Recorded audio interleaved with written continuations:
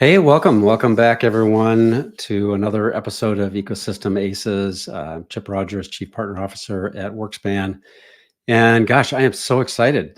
Simon, welcome. Looking forward to our conversation. Hey, Chip. Good to be here. And first of all, let me start by saying Happy New Year, both to you and your listeners. I wish a very fulfilling 2024, both professionally and personally. Yes, yeah, great way to start it, and totally with you, Simon.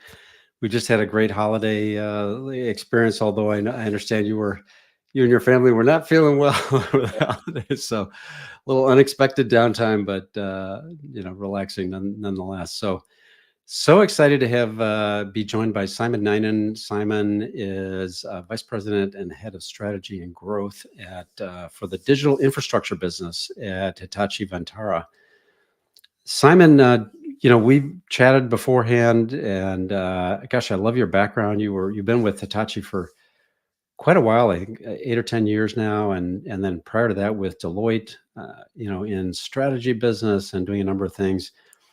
MBA from in school in Bangalore, and then Cornell as well, advanced degree. And gosh, just love your background. Our conversation was so interesting. I love your your whole thinking around partnerships and how partnering is so critical to business success. And maybe we could start there, Simon. Let's talk a little bit about, if you could share a little bit about what you and your team are up to at Hitachi Vantara.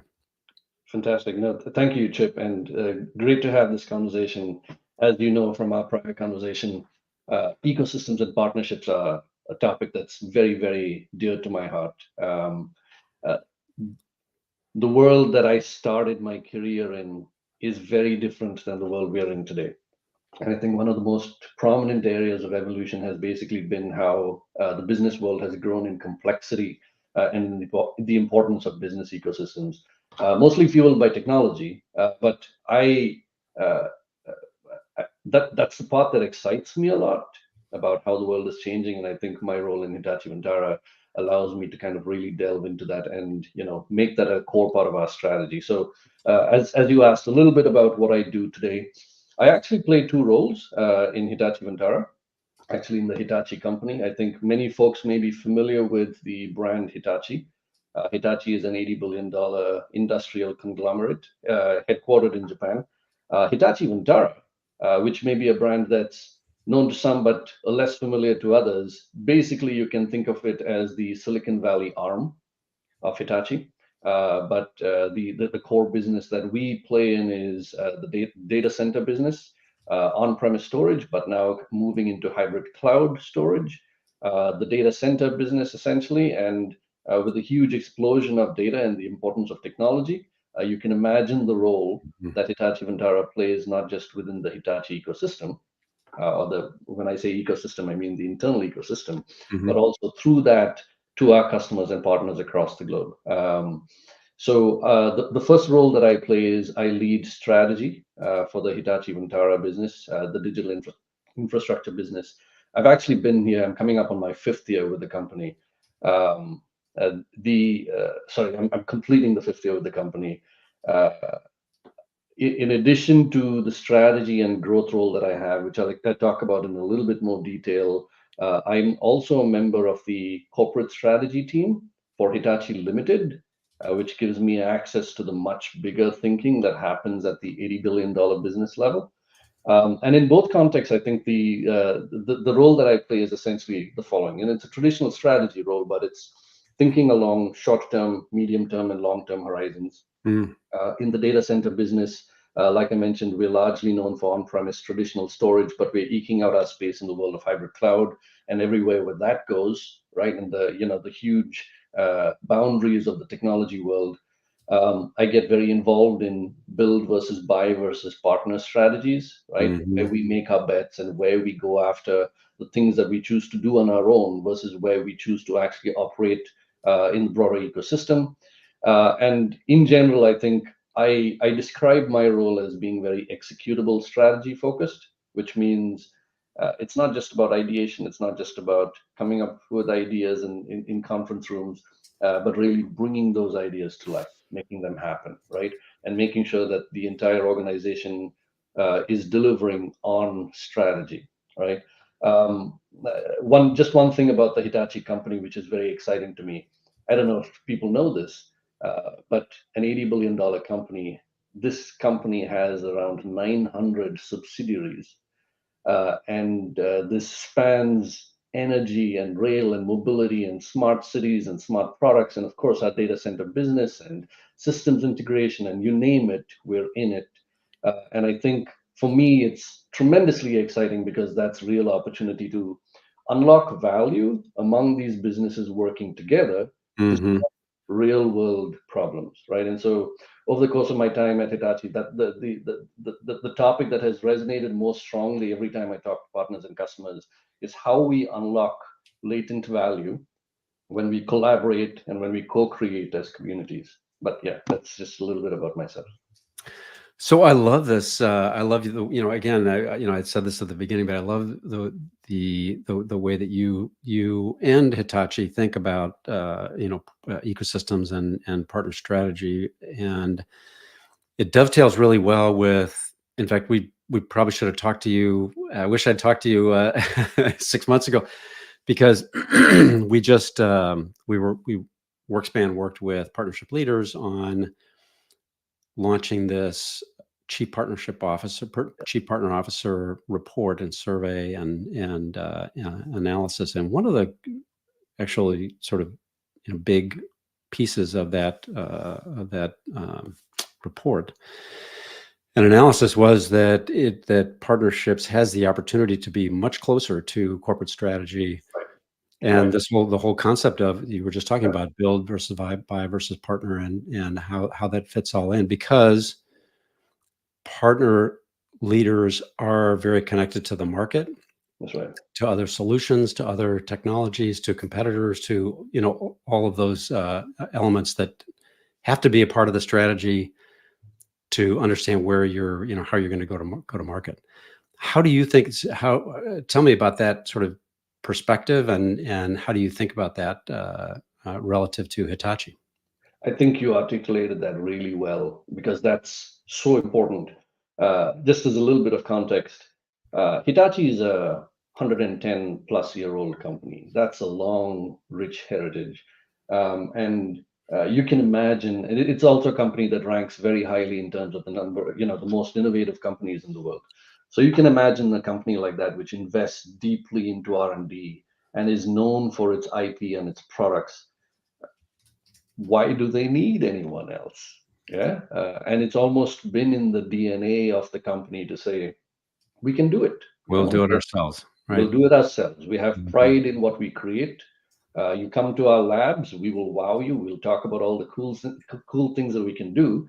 Uh, and so, we'll build, make it bigger, better, integrate upstream, integrate downstream, deliver value to our customers. That's Hitachi, right? And I think it has been a little bit of a realization over the last couple of decades, especially with the technology revolution that's underway, that no company can be successful operating in that paradigm anymore, right? Mhm. That you need an ecosystem that is thriving for you yourself to survive and thrive. In fact, I think, if you think of the word ecosystem and what ecosystem even means, right, it comes from the context of natural ecosystems where there's no one leader of the ecosystem. Right. There are living organisms that live because they're living off of each other. They're coexisting, right? They're interacting, they're influencing each other, they're benefiting each other. It's blending a level of competition to survive, but cooperation to be able to deliver value to each other, sharing and creating resources. That's how I think we are starting to see how we as an ecosystem player need to be, right? Mm. Yeah. Um, you talked about, for example, the context of build versus buy versus partner and elevating the idea of partnerships into being more strategy oriented, right? Mhm. We can go into this in a lot of detail, right? But I think the core idea is, if ecosystem is not right at the top of your strategy, right, and how you think you are actually going to create value for your end customers, but it's not just about end customers. But if you create value for an ecosystem, you all benefit, you all thrive, you all, I guess, make the industry better, make society better, deliver value to a broader set of stakeholders.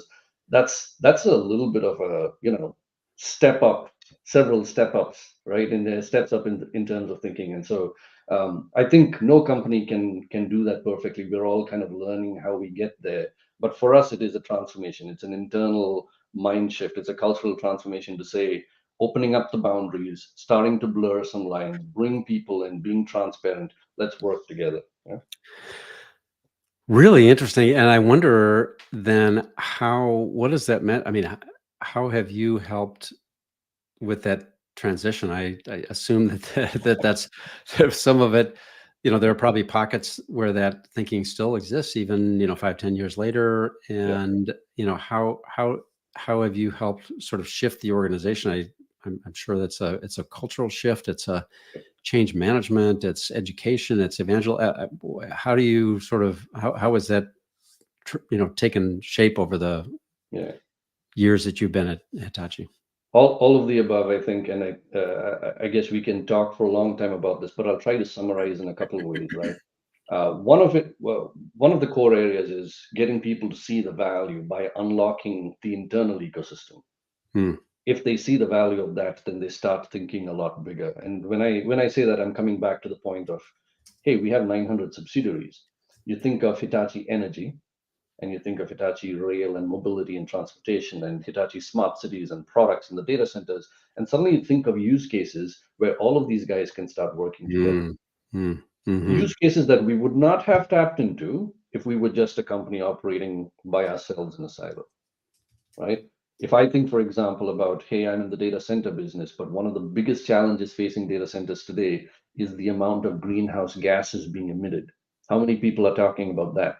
Yeah. Hmm. But the Hmm. fact that, for example, now I can talk to Hitachi Energy and build a solution together with them that says we're solving a real world problem, not just in terms of storing data, but doing it in a way that benefits the planet, protects the planet, benefits our upstream and downstream customers. I think that's really powerful. So step number one is basically saying, if you can open up the minds of people to understand the value of internal synergies, Hmm. and it doesn't have to be a conglomerate business. Any business, when you unlock value between functions, people start to think bigger. I think the second piece of it is obviously, what we define as success, how we measure success, and what we incent, the kind of behaviors we incentivize. Just to use a simple example, yeah, very often when you talk about building ecosystems, the teams interpret that as being the more the better. Quantity Hmm. is, if I Right. want to do something, I'm going to speak to every player that's in that space. I'm going to get them all on my side. Whoever it is, you name them, they work with us. That's not a measure of success, at least not Hmm. universally, right? Hmm. Quality over quantity, where we say, I'm going to focus, going to make bets in the right places, going to make sure that when we invest in an ecosystem and they invest in us, we're able to maximize the value for both sets of parties, right? So that's a different way of thinking, right? It requires, you know, organizing differently, changing compensation structures, setting MBOs in the right way. It's all that tactical stuff, right? But again, Hmm. it allows people to orient and align the right way. I think the last thing that I'll say is change doesn't happen overnight. We've been in this mode of change for the last few years, and I think it'll continue to evolve, right? But the idea is to keep reiterating and reiterating the message that we're not in this for ourselves. We're all in this together, right? And there's a bigger purpose, I think, that we're also trying to work towards. Yeah. So that's so interesting. And I think, the fact that Hitachi is a conglomerate, 900 subsidiaries, that may actually have helped in a way, because that was where you started, right? With your answer is, hey, we even need our own internal companies to work together to build solutions. So now it's almost like, well, let's just take the same concept and extend it outside Yeah, of the organization. yeah. Is it working? Is it catching on? Are people? No, it's a good question. It is. It's obviously a struggle with a company that's this big. You can't unlock synergies overnight. Yeah. But I think with the amount of repetition and the amount of executive sponsorship behind it, there's real change. I've That's been so encouraged in the last couple of years in particular, and I've told everyone in the company this as well, whoever I talk to, the amount of energy and enthusiasm and I guess belief in that proposition within the company is stronger than I've ever seen it. And for me, mhm, that's very encouraging, right? I think it is uh, essentially a belief that has achieved critical mass, so to speak. So now it's ready to really get unlocked. Yeah. yeah, yeah. How has your because your background, many years at Deloitte, I think 12 years at Deloitte, and working with a lot of customers and working on strategy and their ecosystems. Sure. How has that informed your role at Hitachi and some of that experience? What kind of experience have you brought to the role? Oh, no, thank you. I think that those years at Deloitte were very formative for my thinking on ecosystems. In fact, I have a book on my desk that I brought back. It was somewhere in my shelves, but it was a Deloitte manual on the importance of business ecosystems. Mm, I was the role that I played was I was a strategist on large digital transformation projects. mm, What it was trying to blend was the strategy of where and how value is created and how value is shared across an ecosystem, and execution. And the execution piece of it, if you know Deloitte and its ilk, basically a very strong systems integration kind of capabilities, right? So you're saying in both cases, you're basically saying here's a clear definition of where value is generated and how it's shared, and mhm, now let's assemble and build the ecosystem that can actually bring it to pass. mhm, I spent many years working in telecom and IoT as IoT started to really emerge as a thing. And both of those fields emphasized the idea of ecosystems way before other industries were doing it, right? For example, in telecoms, uh, the telecom of the past was service provider does everything, right? And I think what we began to see in the telecom world was that service provider disaggregation, right? Where you now had the endpoint hardware and the network infrastructure hardware and the software and the service and the support now, in various pieces. And at the same time, you had an opposite almost trend for convergence, where the telecom world was converging with the high tech world and the media world and coming together. In this reshaped world, people were beginning to ask, who am I working with? Who am I as a company? What's my core? What do I divest? But how can I really start to build real value? The topic of IoT, Internet of Things, actually was very, mhm, very tied to that. If you think of how IoT delivers value, IoT delivers value by use case. In fact, the use case that I spent most time on was autonomous driving and automotive telematics, right? Where you're basically saying you're bringing telecom service into a vehicle, into the car industry that has no concept of what service is about, meaning they talk about after sale service, but it's a product. Now you're talking about subscriptions and you're talking about content and media consumption and things like that, right? And suddenly now car companies are starting to think, I don't have capabilities to do that stuff. I need to assemble the right group of companies, of mhm. partners, my ecosystem, my alliances that can Right. actually help me deliver that solution for customers. Yeah. No one was under the illusion that they can acquire all the pieces, put it together, and they're going to be the ones to drive it forward. People understood very quickly the only way you're going to be successful as these pieces come together is to start assembling that ecosystem, right? So it was about shifts in the balance of power, who owns data, who owns the platform, who owns the experience, how you drive that. But I think a lot of that thinking started to become formative and bled into even Silicon Valley, which was actually a follower in that space. But yeah, Yeah. that's where my thinking on ecosystems comes from, and that's why I'm so passionate about it. Yeah, I think of the what would come to my comes to mind for me as you were describing that is the early days of when we've driven Toyotas forever and Toyota in the early days of having that screen and That's right. they were building their own kind of thing. That's correct. It just never worked. It was it was poorly done.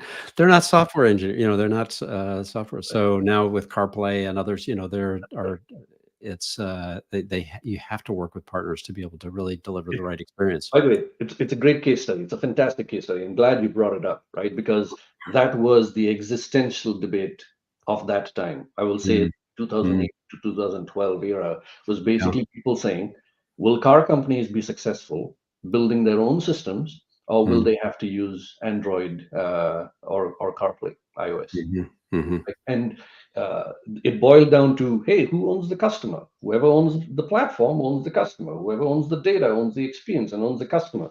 And people were unwilling to let go of notions of who Right. interacts with who, and the balance of power was basically what people were fighting over. And I Mhm. think, it took a lot of pushing and pulling, right? But people basically were like, this is what the market is asking for. This is the way in which we collectively deliver. It's not about us. It's about what does the customer want. Right. I love Right. that. That's Yeah. so important, right? It's shifting the mindset Right. from sort of internally focused to what is the Yep. customer looking for? Exactly right.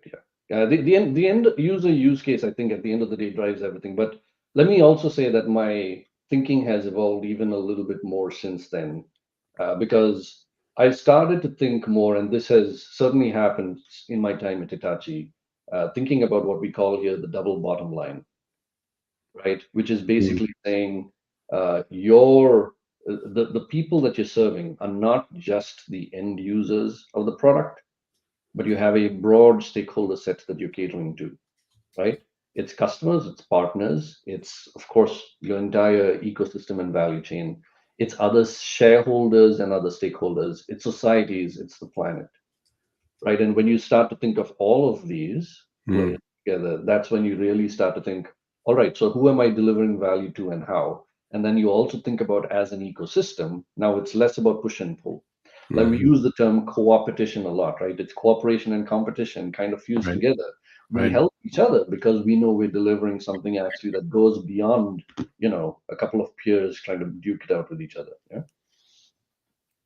So, uh, love that point. It's a great point that, and something you said earlier, I want to follow up on also is, which I think is really important in your role, and I suspect it's something that you brought from your experiences at Deloitte, Yep. is the idea of, you're in a strategy role, but it's not just strategy, right? It's like, how do we make sure that the I think I forgot what you called it, but I think it was execution, that Executable strategy. Yeah. executable strategy, that you're focused not on just creating the strategy, but making sure that it's Right. actionable and that the organization can put it into action and execute. Yep. And so love that concept. Could talk a little bit more about that and how do you operationalize that? Yeah, and I think there's multiple aspects to it, but I'll also tie it very closely to the idea of what we're talking about right now, which is the role of the ecosystem in Yeah. that. Yeah. Yeah. Um, I think it's one of the core differences is inside out strategy versus outside in strategy. Mm, Inside out strategy says, hey, you put a few MBAs from a consulting organization in the room, they can sit, they can look at the data, they can crunch it, and they can come up with the future strategy of your company. I can guarantee you that that strategy may look great on paper, but the chances of it, working successfully in practice are not as high. The way you can make strategies work successfully is when you really tap into the energy and the reality that is taking place on the ground in the field, right? The mm, people that know the problem at the edge, right? That basically say, all right, I can see your business plan, but here's the issue that I'm facing with the day to day. How does your business plan enable that? But it's also then being able to say, as you take your strategy and cascade it down, you get feedback that allows you to iterate on it, right? And refine your strategy and make sure that this thing is organic, right? And that you can develop together. So I think the key point here is basically saying a new way of doing strategy that provides access to the field, right? Both ways, where it is a two-way conversation. And where we're also saying your ecosystem, your partners, your salespeople, the front lines of your business are mm, actively involved in that strategy formulation. mm. Doesn't Yeah. mean that democratic, right? Right. End of the day, strategy is about Someone choice. still needs to decide, right? That's right. Someone's got to make some choices, right? But what it is it's more informed, it's more transparent, and when it's more transparent, it also drives greater belief and confidence in the strategy to actually come to pass. I think one of the I'm sorry, I'm going to dive into this a little bit, right? One of the challenges I saw in my past life as a consultant was, you know, we deliver a strategy, we help the executives come up with the strategy, Mhm. but then 2 years later, I come back to the company and say, okay, so how did that all work out?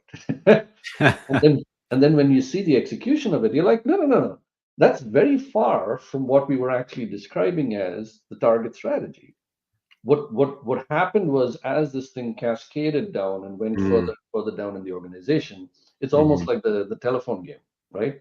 Everyone's got their own interpretation of it, and ultimately the real execution is not tied to the big vision, right? So how do you make sure that the vision and the execution is tied in? You need to make sure that people aren't doing this in isolation. People are doing this with their ear to the ground. People are doing this with their feet in the trenches, right? That strategy is two-way, right? Strategy is I like to use the phrase at the edge, right? So in this case, strategy has to be at the edge. And what that means is making sure that your ecosystem is a part of that planning, of that strategy formulation, right? And not just the formulation, but of course, then the execution drives from that.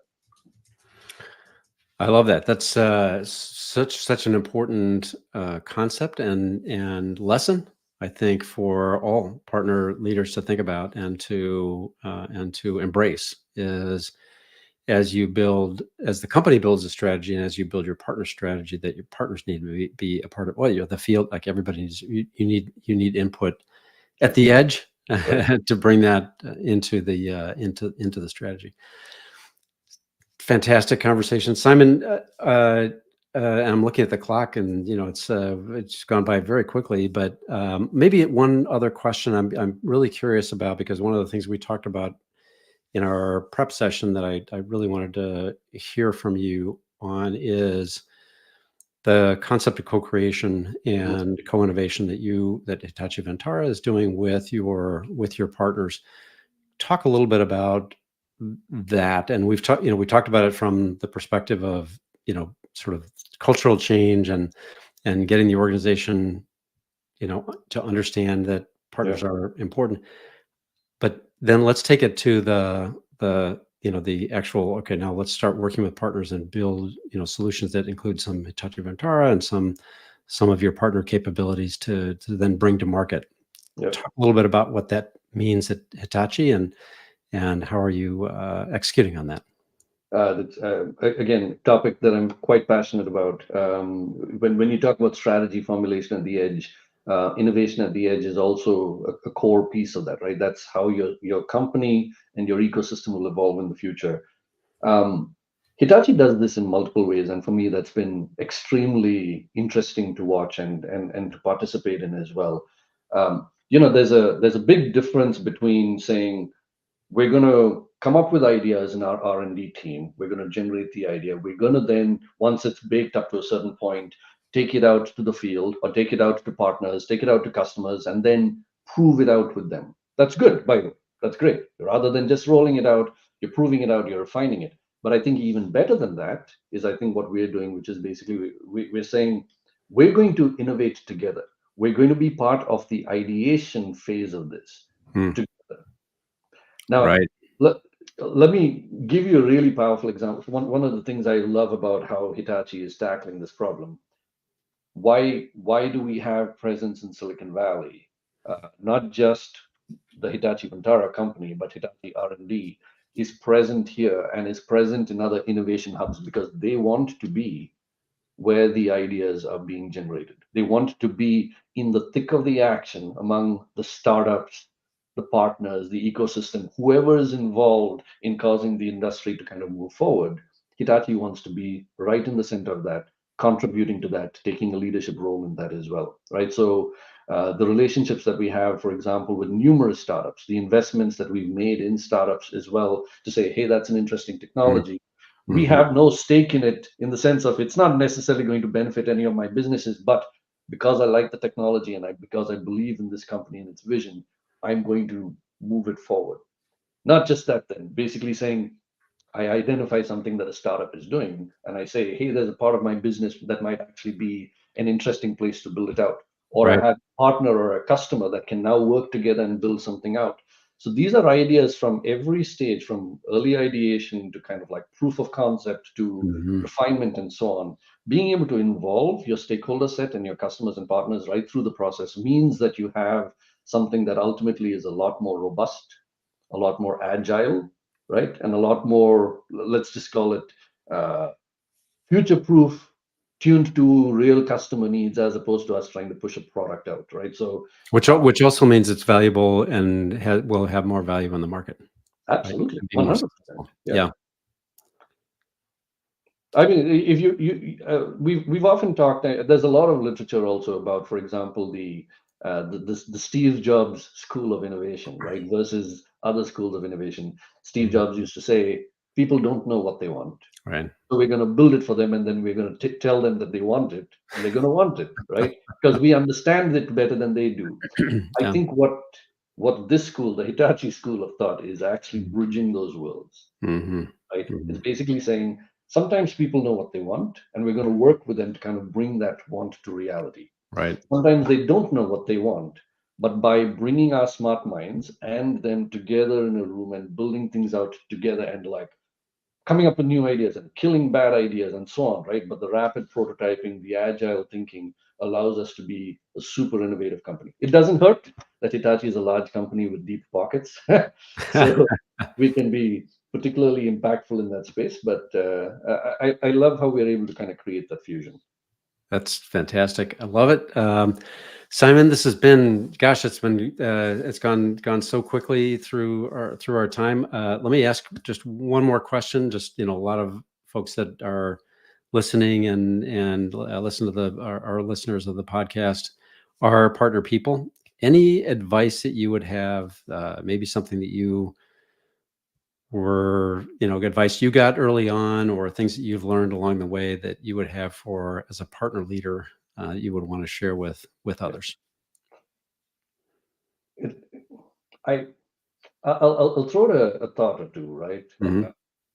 When I was thinking ahead of this conversation, Chip, I was thinking of the relationship between how we think about our own personal ecosystems and business ecosystems.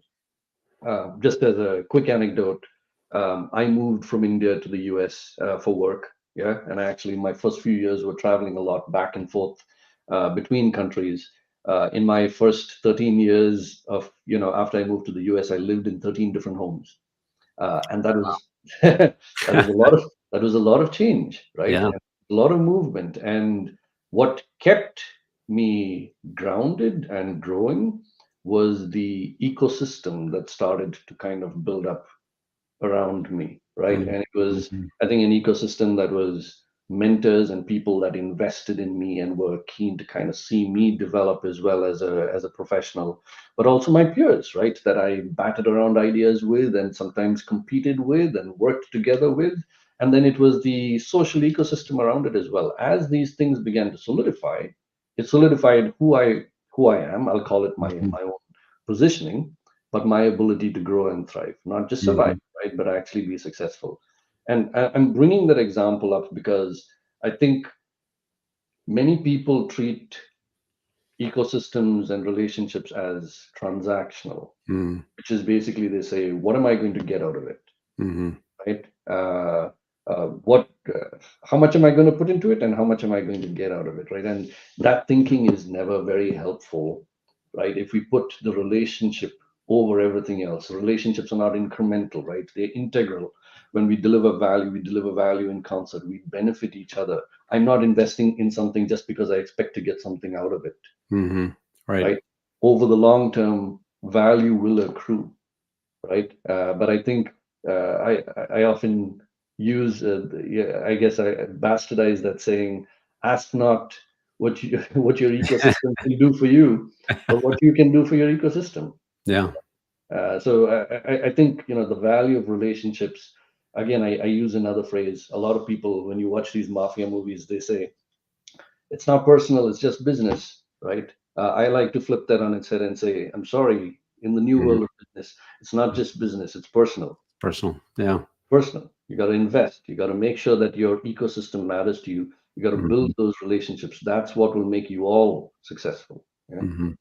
Love that.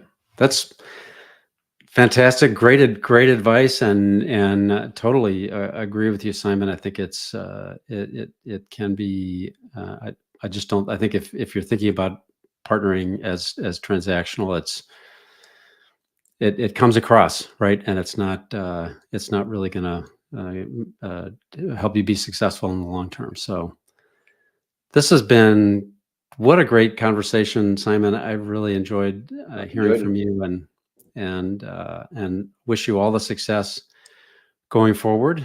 And I think with that, we'll call it a day and wrap for Thank today. you, Chip. My pleasure, my honor to be part of this. Really appreciate speaking to you and look forward to the next time. Fantastic. Simon, thank you so much. And thank you all for joining another episode of Ecosystem Aces. And we will see you next time. Thanks, Simon. See ya. Take care.